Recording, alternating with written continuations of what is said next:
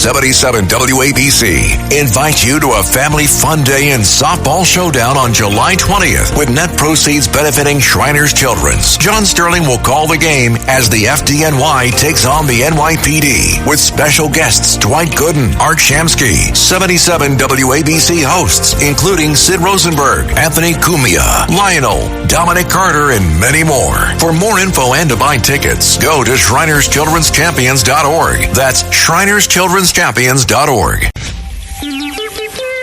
It's the 77 WABC News Hour. Talking the news with Noam Laden. All the news you need to know with Joe Nolan, traffic, Justin Ellick, sports. And now, Talking the news with Noam on 77 WABC. Yes, that's me. Good morning. It is Friday, June 27th, which apparently means it's Matt Blaze's birthday. Happy birthday, Matt Blaze. Your forecast from the 77 WABC Weather Center, a mostly cloudy day on the way, high 73. It feels pretty nice out there. And then Saturday, clouds in the morning, scattered showers, possible thunderstorms in the afternoon, high 85. And then Sunday better, sunshine, low humidity, high 88. If you are walking out the door with us right now, it's 63 and cloudy in Harrison up in Westchester County, 66 cloudy in New Brunswick over in New Jersey, and it's 64 and cloudy right outside our Midtown studios. The top 5 at 5. Mayor Adams says he can stop Zohran Mamdani's momentum. A sad goodbye to a Long Island lawmaker. A doggone mess inside a Brooklyn home. The lifeguard impaled by an umbrella speaking out. And the bid for a Times Square casino being turned in today. All right, let's get into it at 5:01. Did you see the mayor yesterday? Mayor Adams all fired up as he was kicking off his re-election campaign. He announced he would run as an independent back in April, dropped out of the Democratic primary. First thing he did was attack the front runner, Zohran Mamdani. A choice between someone who delivered lower crime, the most jobs in history, and the most new housing built in decades, and an assembly member who did not pass a bill. Zohran Mamdani, the Socialist Democrat, the winner of Tuesday night's mayoral primary. Adams will also face, of course, Republican Curtis Sliwa, Independent Jim Walden, and possibly former Governor Andrew Cuomo if he decides to run as an independent. Adams says New York City is no place for a socialist, Michael Mamdani. This is not a city of handouts. This is a city of hands up. And he went on to say that he needs all New Yorkers' help to win this election. We're going to lift up the city of New York, and so I'm asking you, New Yorkers, to continue to stand with me as we move this city in the right direction. I'm ready to be your mayor again for another 4 years. Yeah, all fired up the mayor there outside City Hall yesterday. A pollster aligned with Andrew Cuomo released a new poll yesterday that shows the former governor in a statistical dead heat with Zohran Mamdani if the two ran in the general election today. Of course, the general election is not till November, but the poll conducted in the 2 days following Mamdani's decisive defeat of Cuomo on Tuesday night. The polling firm Honan Strategy ran the survey by asking 817 likely general election voters who they reached by text message to fill out a poll online. We have Zohran Mamdani. He gets to 39% of the vote at this point. Cuomo is at parity with Mamdani, 39%. That's the pollster Bradley Honan of Honan Strategy Group. It found Mamdani Cuomo nabbed 39% of the vote in the general election. Eric Adams receiving 13%, Sliwa at 7%, and Walden was at 0%. 2% of respondents undecided. So there's still no word from the Andrew Cuomo campaign or from Andrew Cuomo himself whether the former governor is going to run come November. When he lost the race on Tuesday, he said he would leave the door open to staying in. Now, today's the last day he can take his name off the ballot. He has one of the independent lines. Doesn't look like he's going to do that. More from Andrew Whitman.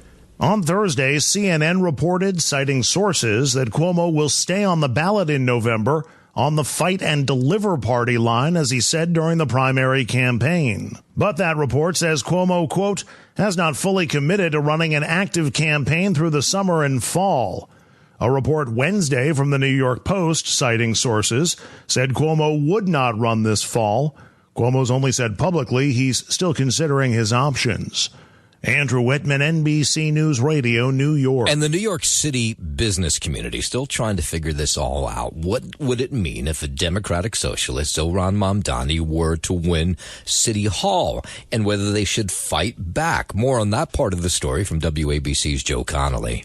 Kathy Wild, the leader of the Partnership for New York City, says business leaders want to meet with Zohran Mamdani because there's great concern in the Jewish community about his pro-Palestinian positions, and in the business community, the second biggest concern is the oversimplification that the answer to hunger is a city-owned grocery store, that the answer to the affordability crisis are free buses and freezing the rent. That is campaign rhetoric. She says he's a contender to be mayor, so let's talk. Joe Connolly, 77 WABC News. WABC News Time 5:05. Former Long Island Congresswoman Carolyn McCarthy, a Republican who turned a Democrat, passing away at the age of 81 in her Florida home. McCarthy, she had this amazing story. She was a nurse and entered politics. If you don't know this story, or I'll remind you of it, she entered politics after the 1993 Long Island Railroad massacre in which 6 people died. Her husband, Dennis, was one of the murder victims. So she was a nurse, angered, of course, and devastated by what she'd seen. Her son was also shot in the head, but he survived during that attack. So she got into politics because she was upset about gun laws. And while she was in D.C., she tried to convince lawmakers there to join her, to rein in guns, and to fight for background checks. And she was semi-successful at that. There are a lot of members in Congress and the Senate that can actually see that we should be doing something. But they're petrified of having a primary. They're petrified of losing an election. They're petrified of the NRA. She was elected to Congress in 97, served 18 years in all, was known as a fierce gun control advocate. She helped strengthen background checks on gun buyers, child-proof gun triggers, and disqualify those with mental health conditions and criminal records from buying firearms. She served in the House. It was until 2015. That's when she announced she was being treated for lung cancer and retired. And this was about the time she was retiring, talking about what it was like to go from being a nurse, having your husband killed on the double LIR train, her son injured, shot in the head, to then going to Washington, D.C. I like to think that we help so many people that it made a difference in their lives. My whole life is being a nurse, taking care of people.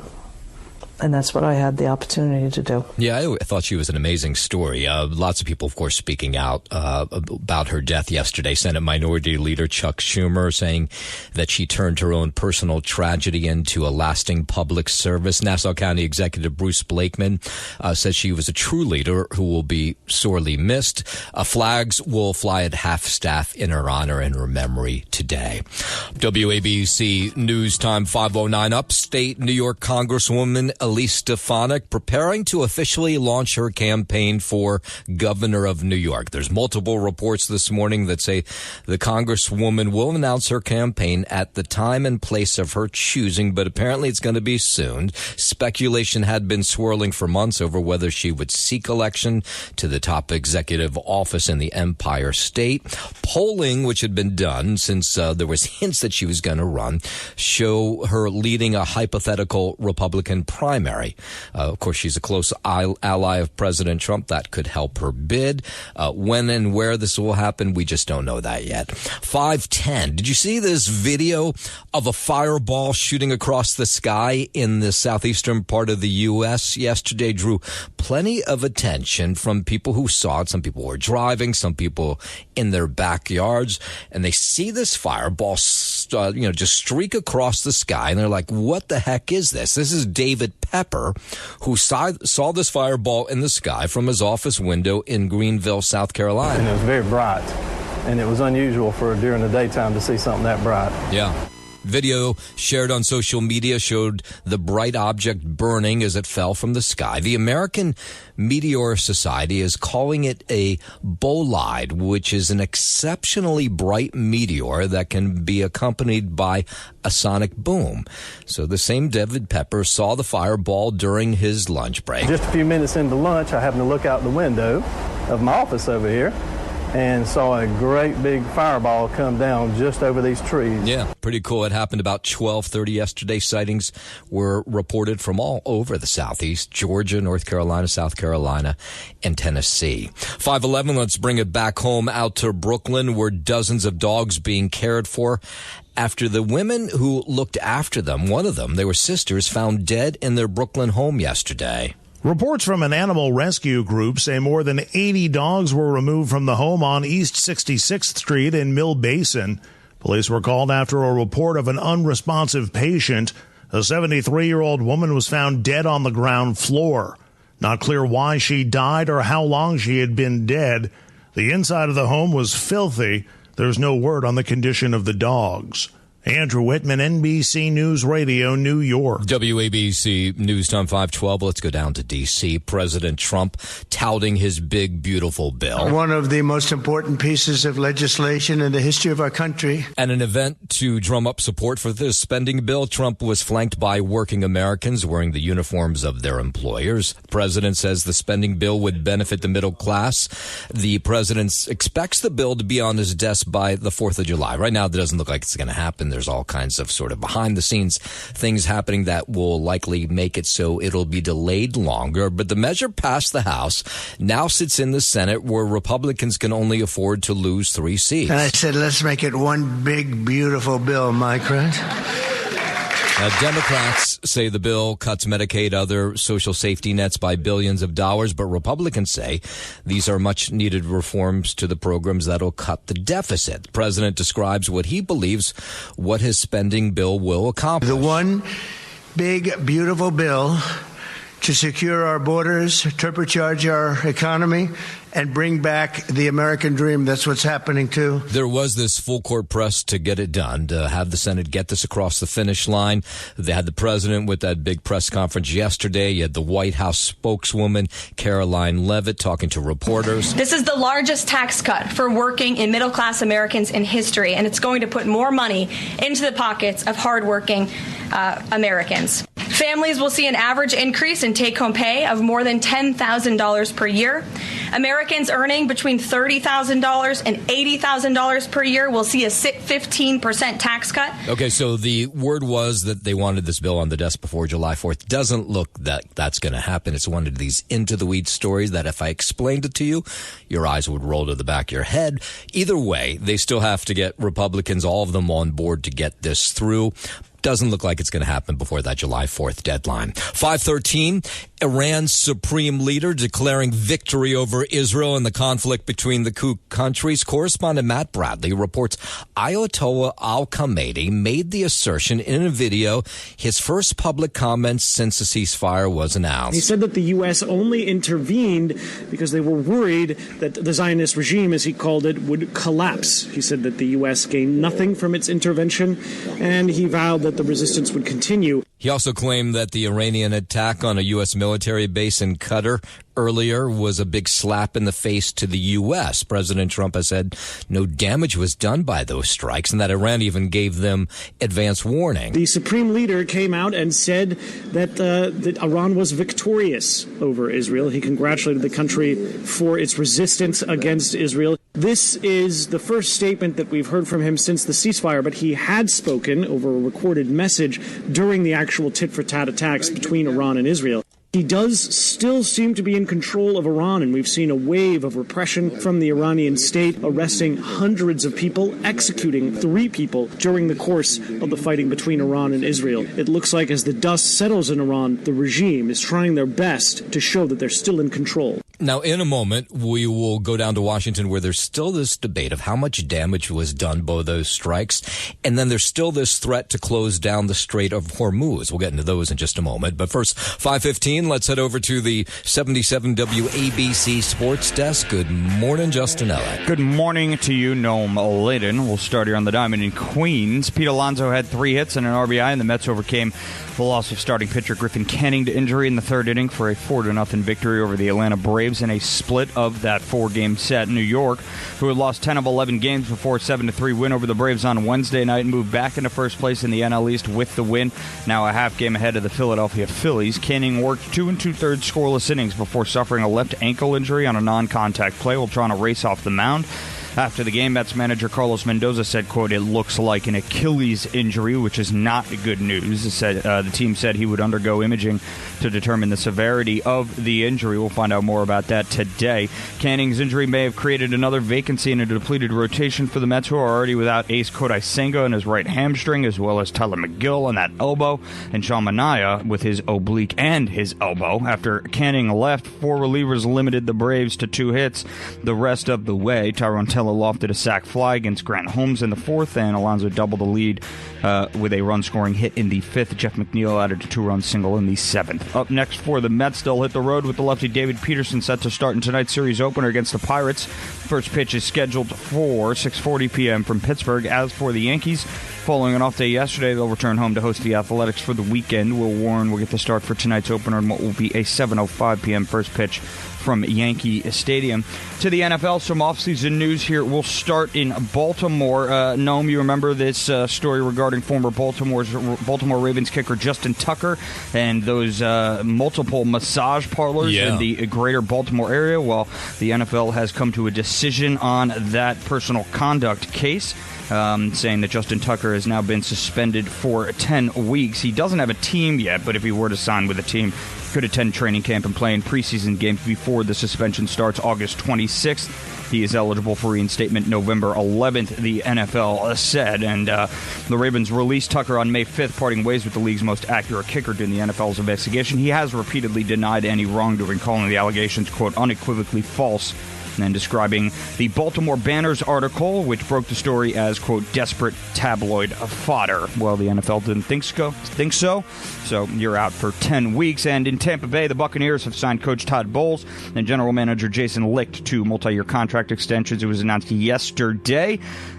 Jason and Todd's leadership has been critical to our organization's success, Buccaneers owner co-chairman Joel Glazer said yesterday in a statement. The team did not provide terms yet. We'll keep you updated on that as well. That is your Sports Gnome, and I'm Justin Ellick on 77 WABC. WABC News Time 5:20. Iran continues to threaten to close the Strait of Hormuz in response to the U.S. airstrikes that took out their nuclear facilities. It's a key oil shipping route, but so far the price of the global market has stayed pretty steady. Because of our infrastructure, because of our know-how, we have the ability to produce more, and it gives a more calming effect to the markets globally. That's Todd Staple. He heads the Texas Oil and Gas Association, and he says if the Strait of Hormuz were to actually close, then there would be an impact on oil prices. Because of the robust oil and natural gas industry, it does provide consumers with some insulation. We're more energy secure than ever because we have extensive oil production. We have world-class refining capacity. Around 20% of the global oil and gas trade does pass through that waterway. WABC News Time 5:20. Democrat, Republican senators getting an intel briefing on the Iran strikes with vastly different takeaways. So they're all in on the same meeting, but they all come out of this meeting saying something different. Here's Tom Cotton, Republican from Arkansas, says between the Israeli and U.S. strikes, Iranians' nuclear ambitions were dealt a serious blow. If you look at the whole span of what happened over 12 days, that's why we're confident that we have had an extraordinary success. Meanwhile, Connecticut's Chris Murphy, he's a Democrat, says Iran's nuclear program has been damaged but not obliterated. Murphy noted that the director of national intelligence, Tulsi Gabbard, did not take part in this briefing. There was condemnation of the leaks by both the briefers and Republicans and Democrats, for that matter. We should not ever leak classified information. I just do not think the president was telling the truth when he said this program was obliterated. The Director of National Intelligence is not allowed to be in these briefings. That's a question that we should get answered. All right, so depending on which side of the aisle you were on, here's the Republican Senator Lindsey Graham from South Carolina. Nobody is going to work in these three sites anytime soon. They're not going to get into them anytime soon. Their operational capability was obliterated. Meanwhile, President Trump, threatening lawsuits against both CNN and the New York Times, over reporting surrounding those Iranian strikes. A lawyer for Trump sent letters to both the news outlets saying they had damaged Trump's reputation, demanding a retraction and apology for reporting that the attack on Iran had set back the country's nuclear program by only a few months. The Times posted a response on Thursday rejecting the demands and saying that they had told the truth to the best of their ability.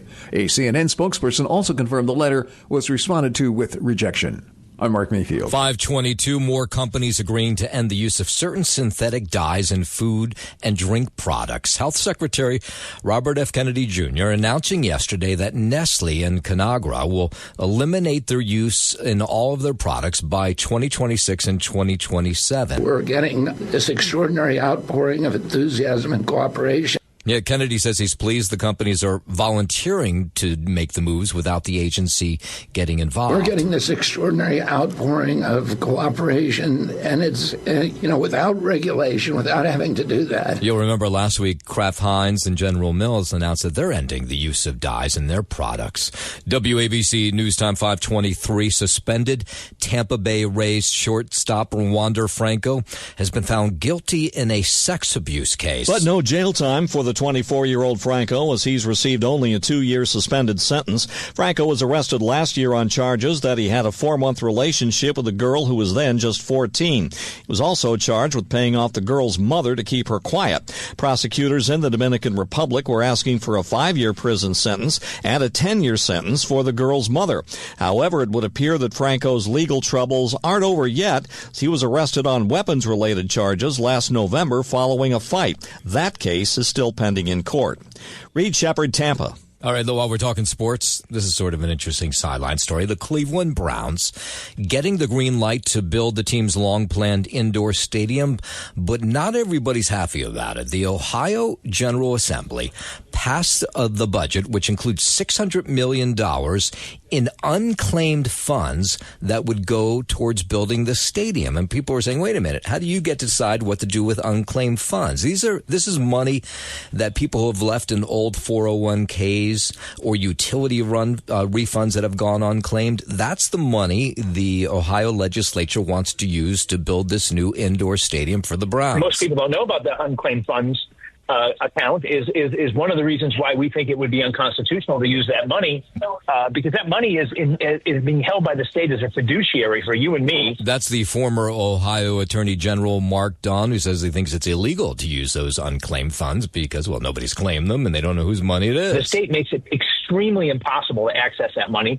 and they don't publicize it. They used to publish the names of everybody with money in the fund in the newspaper every year, and the legislature did away with that. Yeah, well, we'll see if they'll be able to use that money to build the stadium. 525, state of California being told to change its rules regarding transgender athletes competing in girls and women's sports. U.S. Department of Education says California is violating Title IX by allowing biological males to take part in female sports. It's really just a way of saying we hate trans folks, and this is a way we can, push our power into the community to push fear. That's the leader of an LGBTQ plus group in San Jose, California, says the federal government's trying to bully the state into something that doesn't make sense. But the feds are giving the state's Department of Education and the California Sports Association 10 days to change their practices or risk legal action. This all comes after a transgender athlete competed and won several events at a high school track final and field meet in Fresno about a couple weeks ago. Texans looking to buy lab-grown meat will have to go to another state to do so now. A new Texas law passed during this legislative session makes it illegal for people to sell cultured meat for human consumption. The law will go into effect September September 1st, expiring in 2027. 6 other states have bans in effect, including Nebraska, Montana, and Florida. Violators of the law will face a Class A misdemeanor. I'm Brian Shook. The Trump Organization no longer saying that its new smartphone is made in the USA. Earlier this month, Trump's company introduced a gold-colored smartphone called the T1, which goes for about $500. The company's website said it was made in the USA, but that slogan has since been replaced with the claim that the T1 has an American-proud design and was brought to life right here in the USA. When the T1 first came out, financial experts told CNBC that the U.S. does not have the supply chain to make smartphones, and that even if it did, many components would still need to come from overseas. I'm Matt Mattinson. It's the 77 WABC News Hour. Talking the news with Noam Laden. All the news you need to know with Joe Nolan, traffic, Justin Ellick, sports. And now, Talking the news with Noam on 77 WABC. Yes, that's me. Good morning. It is Friday, June 27th. Your forecast from the 77 WABC Weather Center. A mostly cloudy day on the way, the high 73. And then the weekend looks like this. Saturday, clouds in the morning, scattered showers and a possible thunderstorm in the afternoon, high 85. The better day is Sunday, where it'll be sunny, low humidity, high 88. If you are walking out the door with us right now, so happy you are. 63 cloudy in Harrison up in Westchester County, 66 and cloudy in New Brunswick over in New Jersey, and it's 64 and cloudy right outside our Midtown studios. WABC News Time 5:38, the race for mayor heating up here in the city. Mayor Adams officially launching his re-election campaign yesterday as an independent. He delivered this fiery speech from the steps of City Hall, surrounded by supporters, taking his case for re-election directly to the people of New York City. I'm so proud to be here to say to the people of the city of New York, I am seeking re-election to be your mayor of the city of The New mayor York. going after Zohran Mamdani, of course, the Democratic Socialist who won the primary on Tuesday night, says that he can't really deliver on the promises that he's making. I'm going to continue to bring down crime, launch a citywide mental health initiative, advance workforce development and vocational education.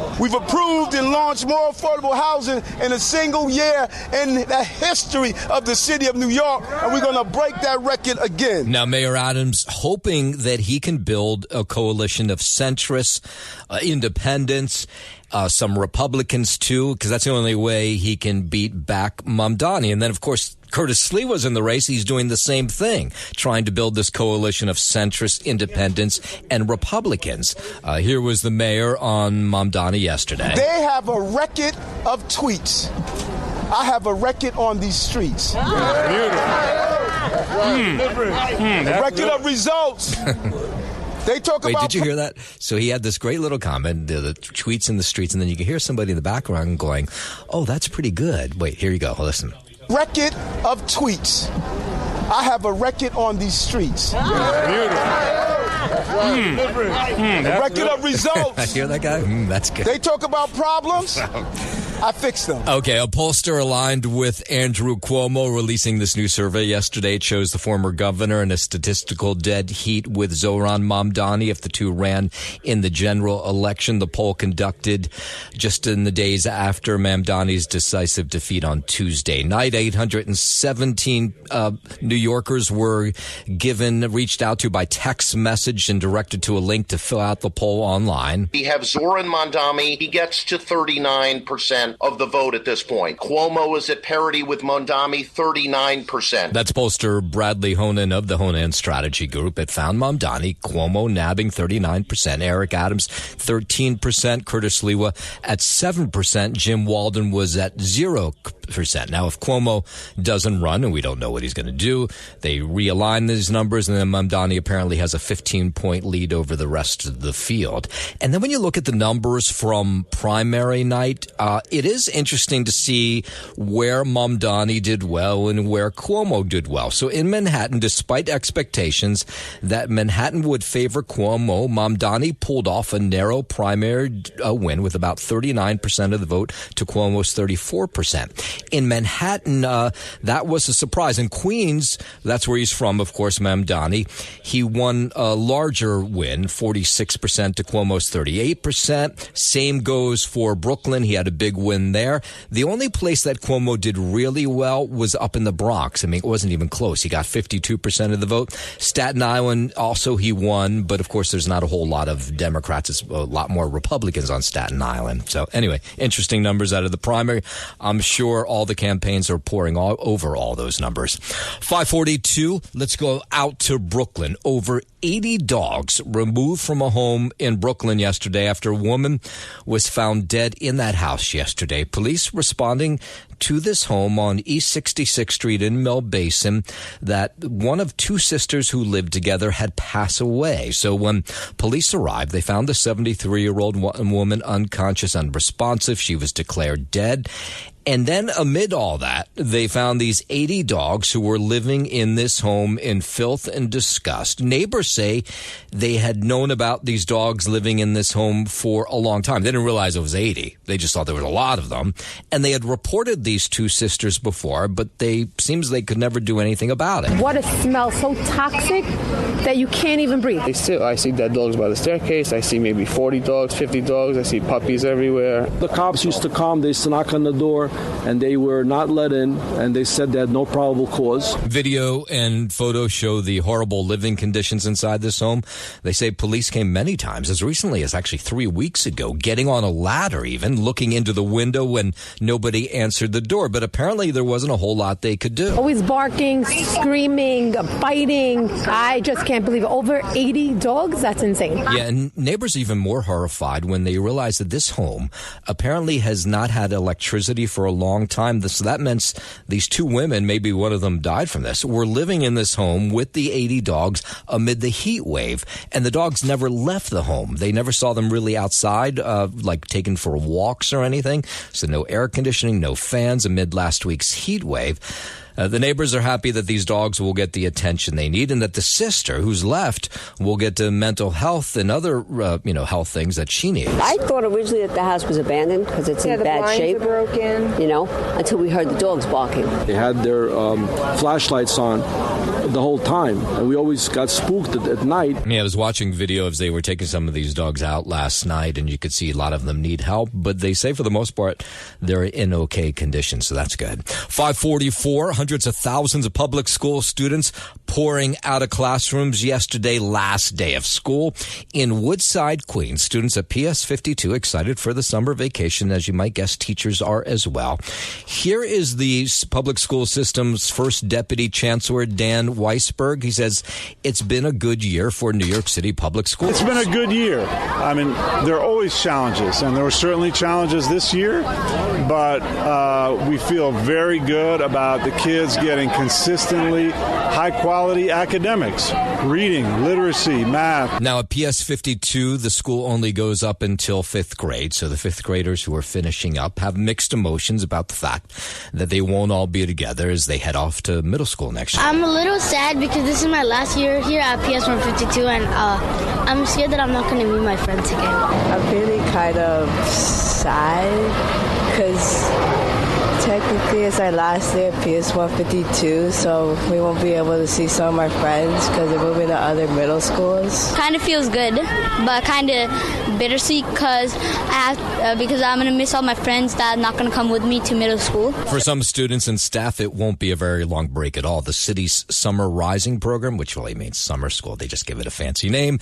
that kicks off on July 2nd. 546, let's head over to the 77 WABC Sports Desk, and here's Justin Ella. Thank you, Noah Maladen. We'll start here on the diamond in Queens. Pete Alonso had 3 hits and an RBI, and the Mets overcame the loss of starting pitcher Griffin Canning to injury in the third inning of a 4-0 victory over the Atlanta Braves in a split of the 4-game series. New York, who had lost 10 of 11 games before a 7-3 win over the Braves on Wednesday night, moved back into first place in the NL East with the win. Now a half game ahead of the Philadelphia Phillies. Canning worked 2 2/3 scoreless innings innings before suffering a left ankle injury on a non-contact play while trying to race off the mound. And after the game, Mets manager Carlos Mendoza said, quote, "It looks like an Achilles injury, which is not good news." The team said he would undergo imaging to determine the severity of the injury. We'll find out more today. Canning's injury may have created another vacancy in a depleted rotation for the Mets, who are already without ace Kodai Senga and that right hamstring, as well as Tyler McGill and his elbow, and Sean Manaea, who's got an oblique and an elbow issue. After Canning left, four relievers limited the Braves to 2 hits the rest of the way. Tyrone Taylor lofted a sac fly against Grant Holmes in the 4th, and Alonso doubled the lead with a run-scoring hit in the 5th. Jeff McNeil added a 2-run single in the 7th. Up next for the Mets, they'll hit the road with the lefty David Peterson set to start in tonight's series opener against the Pirates. First pitch is scheduled for 6:40 p.m. from Pittsburgh. As for the Yankees, following an off day yesterday, they'll return home to host the Athletics for the weekend. Will Warren will get the start for tonight's opener in what will be a 7:05 p.m. first pitch from Yankee Stadium. Some offseason news here from the NFL. Former Baltimore Ravens kicker Justin Tucker has been suspended for the first 10 weeks of the 2025 regular season after the NFL found that he violated its personal conduct policy. Tucker can serve the suspension as a free agent and is free to sign with an NFL team. If he were to sign with a team, he could attend training camp and play in preseason games before the suspension starts August 26. He's eligible for reinstatement November 11th. The 35-year-old was accused of sexual misconduct by 16 massage therapists from 8 high-end spas and wellness centers in the Baltimore area. According to the Baltimore Banner, all the alleged misconduct reportedly occurred between 2012 and 2016. Tucker has repeatedly denied any wrongdoing, calling the allegations, quote, unequivocally false, and then describing the Banner's article as, quote, desperate tabloid fodder.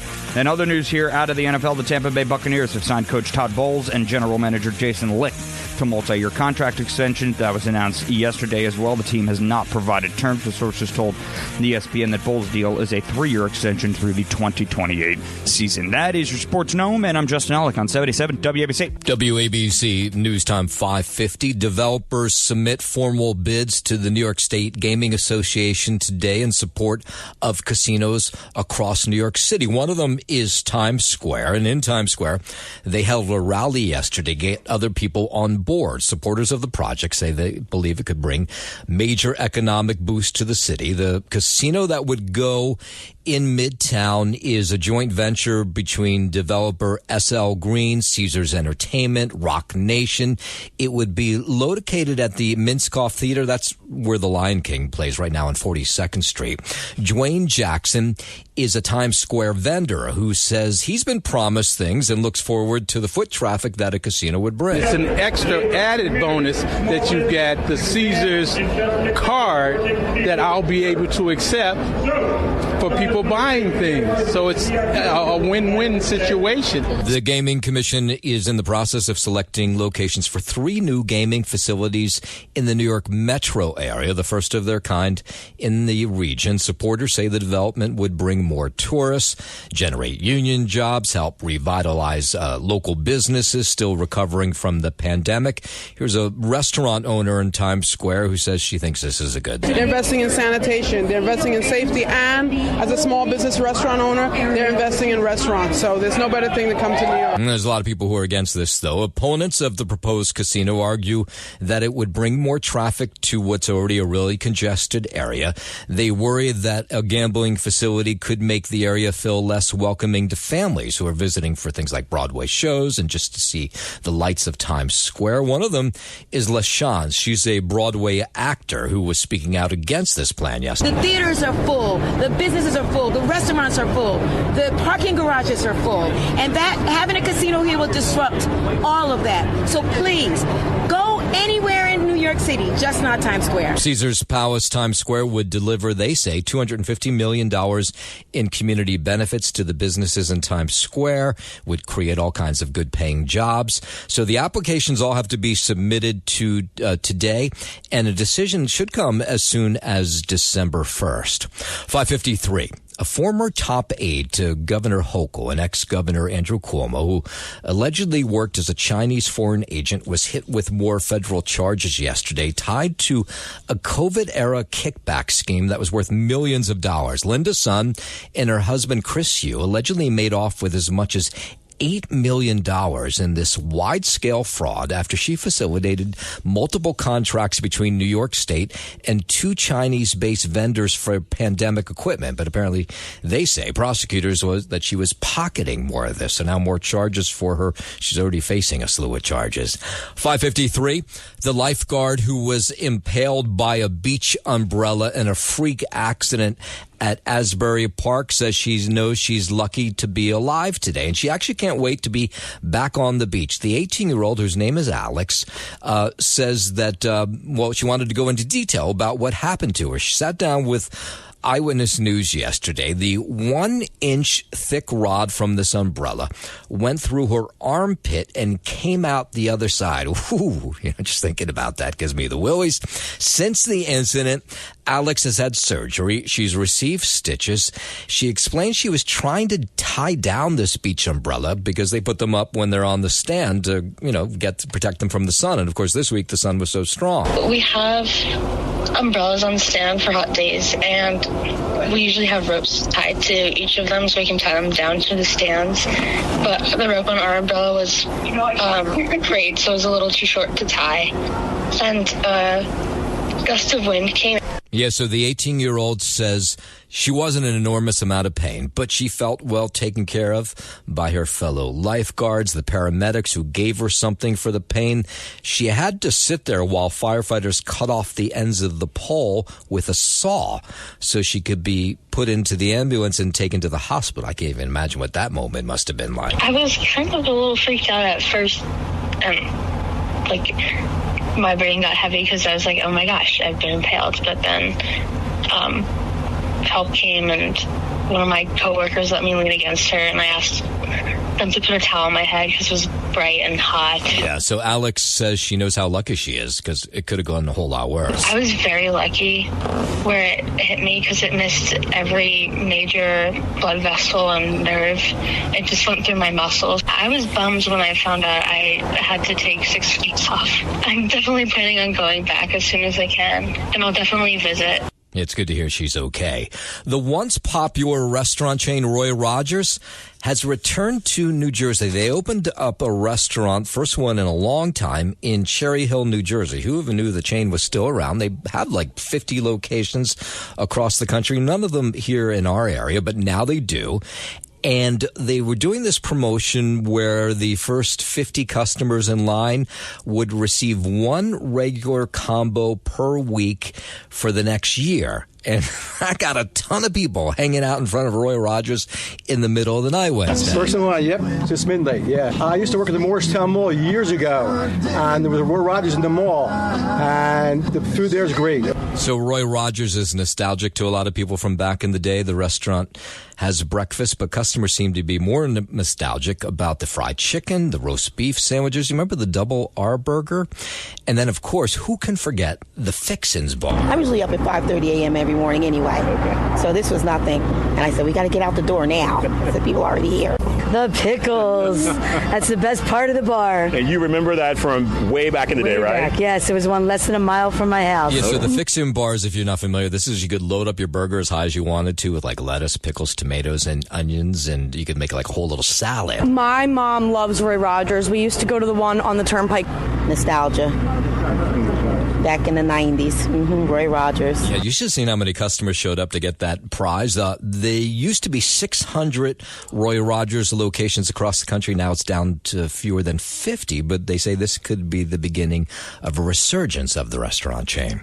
5:57, traffic, transit on the 7s. Here's Joe Nolan. That was the best part, the Fixins bar.